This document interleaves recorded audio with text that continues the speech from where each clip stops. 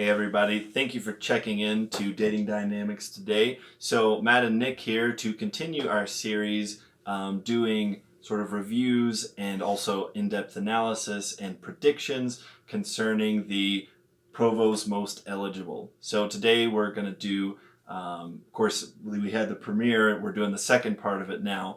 Now today we're going to go back over some earmarks of posture and physical touch and things like that, because the game has changed a little bit. It's not simply meet and greet. We're diving in a little bit deeper. Then we're going to talk about James the Mormon because, as you probably know, spoiler alert, he didn't make it through the first round, and it's really interesting when you dive in to check out exactly why. So we're going to talk about that. And then the last thing, we're going to do a few predictions, who we think is doing good so far. So we're going to get right into it. Yeah, absolutely. So starting off, we're going to start with that body language. We're going to use B as the example. We're going to have 3 different scenarios with her. The first being with Keaton, okay? So let's go ahead and roll that one. Hi.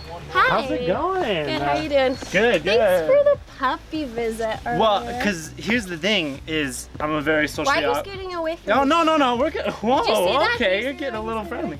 So, if you remember when they first met, there was a major spark in the first part of the first episode. So now they get a chance to actually sit down and talk, and immediately, they sit down. It seems like there's still that spark, that flirtation, but he kind of scoots away, establishes a little comfortable distance. Now, you'd think that should make things more comfortable and everything. But what does she do? She immediately calls him out on that. Why do you think she did that, Matt? Yeah, it showed a lack of confidence. He's interested in her. There's no doubt about that. You can see that he's singled her out. You didn't see any, I don't believe, interactions with the other girls. He's picked B. But to take that little step back, uncomfortable in that situation when she knows this guy is interested, that shows a lack of confidence. Mm-hmm. Especially because she showed that she was willing to sit close to him. She kind of almost snuggles a little bit, and he, let's make things more comfortable for me because I'm scared. And so she tests him, because she doesn't know that he's uncomfortable. Maybe he's not as interested as she thought. So she throws that out, and he tries to navigate it.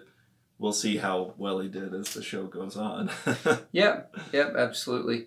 Second scenario is with Matthew. Okay. Let's just roll that one. What do you think is the moment that you felt the happiest? And why? Okay, there's been a couple.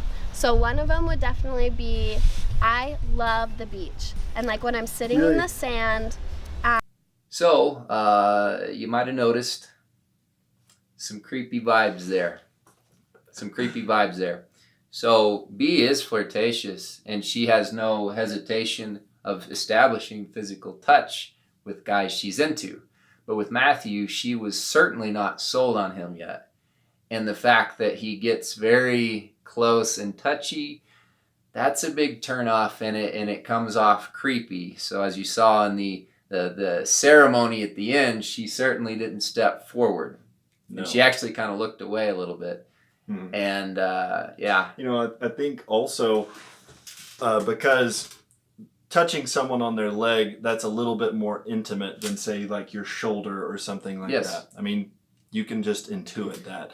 And the fact that he also looks at the focus of in fact, if you pause it, and we know this because we did, if you pause it at the right moment, he is looking at his point of contact, which is her leg, and then she is not looking at him, but she's the one talking because she's thinking, what's this guy doing touching my leg right now, and how should I respond to this?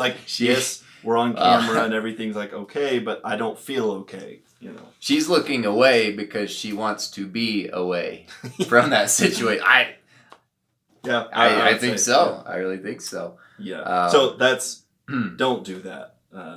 You have to read, how are they responding? It can't be more when the girl is it's creepy. Also, for since we mentioned that like a leg is more intimate, you do want to progress to that point, establish physical contact somewhere more comfortable with a really good hug and maybe, upper body work, and then you move down to the leg. But yeah, don't go straight into it and then the predatory stare of, that's a nice leg.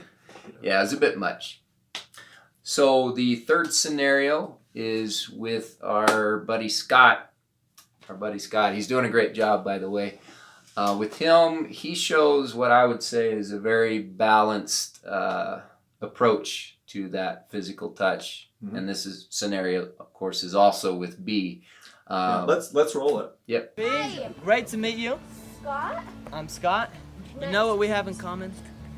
Sit down. Wait, what? Oh, hey. It's a surprise. Okay. Sit on down. You know what we have in common? What do we have in common? Your name ends with double letters. Okay. B.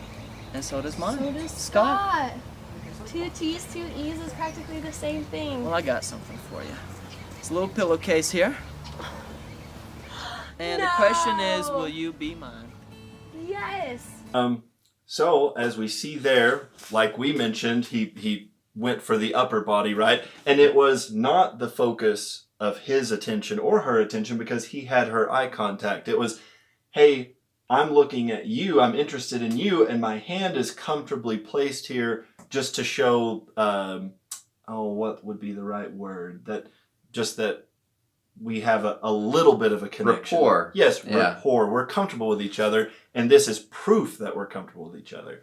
And then once he had established that and held that eye contact and everything for a bit, then he moves away because he has something else to focus on, something else to do, and moves back comfortably. So the physical contact wasn't prolonged and intense, and it was appropriate. And then in the future, there's room for progression, potentially. Yep.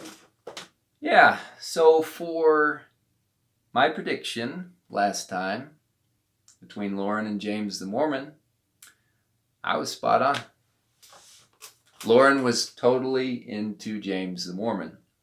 In fact, so much that despite there being guys trying to vie for her attention, she makes a point to go out of her way to drag him out into a private area and have a one-on-one conversation with him. And so interested? Yes, she was super interested. Absolutely. But in the end, she ended up not giving him the little flower. She rejected him. Nick, how'd this happen? Yeah, I mean, when was the last time a pretty girl who had a bunch of guys vying for her dragged you out of, an audience of other people and said, hey, why haven't we talked? And so she was definitely interested. So why then did he not get picked?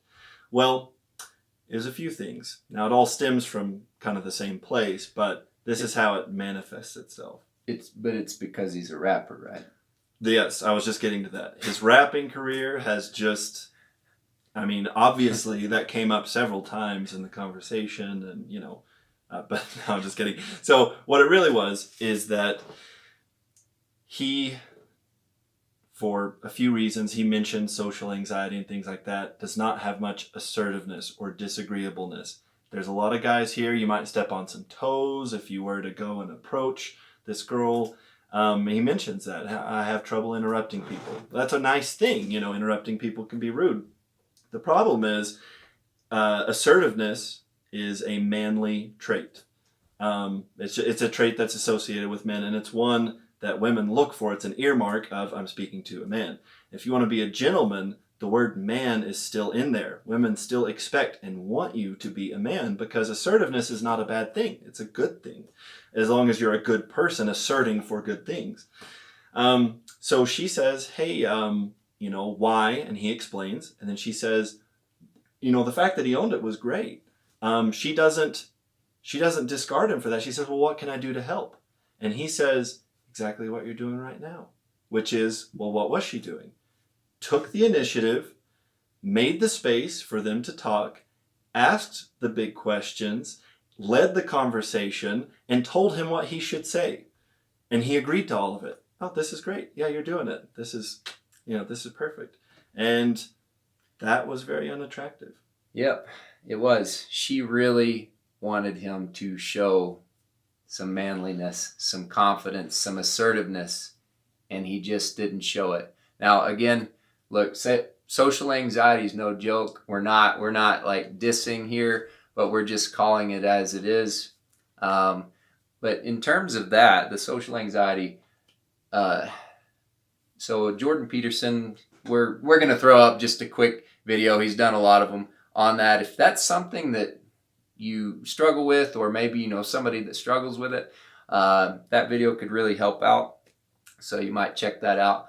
But basically the idea is that social anxiety is just that you really over exaggerate how scary a social interaction is. And that's a real thing, and it certainly affected him and his ability to interact, and particularly with women that he's attracted to. And so absolutely. And that's kind of the mechanics of it, what we just described, but also the charm. It takes away all of your charm because you look afraid, and you just can't hardly be charming when you're afraid. He looks unsure of himself. He can't say that she's beautiful, and he can't say that he's interested in her, and he can't exude that because he's so reserved, because that could be offensive. Saying something like that, and for whatever reason, he just doesn't have that capacity right now to do it. And so, yeah, like Matt said, we're not dissing at all. That's a real problem, but these are the problems that it creates. So yes, the video is fantastic. Absolutely. And James, if you're listening, we can help you, buddy. Alrighty. So now we're going to get into our predictions a little bit. But in order to do that, it's important to note that moving forward, one of the big factors, because so far we've only really seen the guys and girls interacting with each other on a more individual basis. But going forward, there's going to be a group dynamic, and that does matter, okay? That's actually a big deal, because there's hierarchies involved, there's just a lot of social proofing, all these things. So things to look out for in the future are not only how well do these guys interact with the ladies one-on-one, the ones that maybe they're the most interested in, but also what is the opinion of the other guys in the group? Do the other guys recognize them as men that are likable but also formidable, and also do the other women view these guys as attractive, as potential options? Guys who are going to be well liked and kind of at the top of the social hierarchy with the guys, that's an attractive thing to women. And also guys that are well sought after by many women is also an attractive thing. It's all positive social proof. In light of that, our Southern boy Scott looks to still be the front runner because of his level of confidence. Also his just kind of likability. He's not overly abrasive, even though he has a lot of confidence and everything. Mm-hmm. He's not like stepping on people's toes and trying Except in Ellie's in the first episode. Yeah, actually, yeah. And so he's going to be our front runner, I think, moving forward. Yeah, I think so. He's got a lot working for him. I will say, though, if there's one thing that he could do to up the game even more, particularly with Ellie, is that willingness not to agree.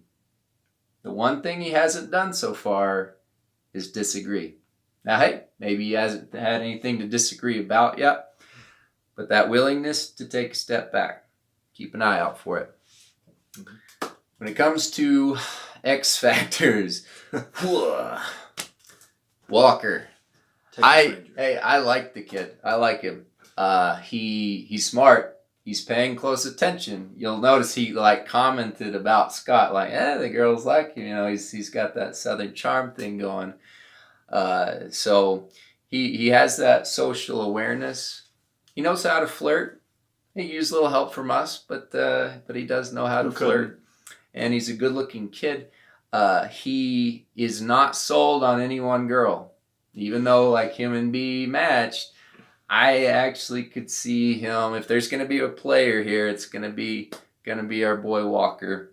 and he just might play B because I actually think he's a little more interested in Ellie. So we'll see what happens there. All right, so we're down to our honorable mentions. So first up is Turtleneck Guy. I'm Neil, Hi, Neil. also known as Neilio Dragon. Neilio Dragon. Yeah, Yes. that's right. Your mutual did say that. It did. I believe. Yeah. Like, I don't know how silly you are, but question to test that. Okay. Would you rather fight 1 horse-sized duck or 100 duck-sized horses? Oh, the duck-sized horses would be so cute. Oh, you have to so kill them though.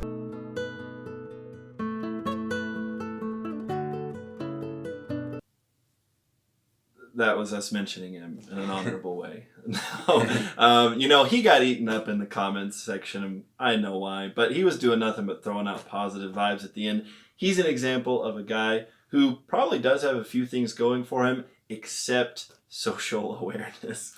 Yeah. He's looking out and he's going, everybody's great and we're having a great time, and everybody else is like, this guy's weird and I'm having to protect, all of our prized paintings and everything around him. So if social awareness is something that, you struggle with, it's something worth working on, because your life will just be better. You're going to succeed a lot more and you'll know why. Yeah, I liked him. I did. He had a motorcycle. He was throwing out positive vibes at the end. He's a good guy. Everybody's trashing him. Shame on all of you. I pointed first. It was me. My honorable mention, Mr. Nice to Meet Me, that guy, Ben. I actually think he's hilarious. Like, I don't know if he's just trying to, oversell it for the cameras, the abrasiveness, the whole jerk thing going on. But I think it's really funny. In fact, he actually says something that's really quite valuable right here. I'm excited. I would love to get in the next episode, but at the same time, I don't really care because there's so many other girls that would want to date me outside the show. So Nick and I we've done a video about exactly that. We call it the abundant. Well, we don't call it. It's called the abundance mindset, and there's your link there. But basically, he's got that going for him, and if he were just a little less abrasive and a little more self-aware, he could actually be a real catch. Mm-hmm. And he did pass the first round, so he's got great posture. Good posture. Fantastic.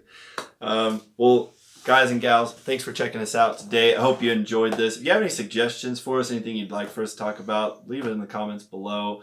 Check out our YouTube channel if you're interested in that. It's got a lot of great content. We're not biased at all, but it's there. It's good. But anyways, guys, good to see you. Looking forward to the next episode. And Yes. You can expect us back for that. So see you guys out there.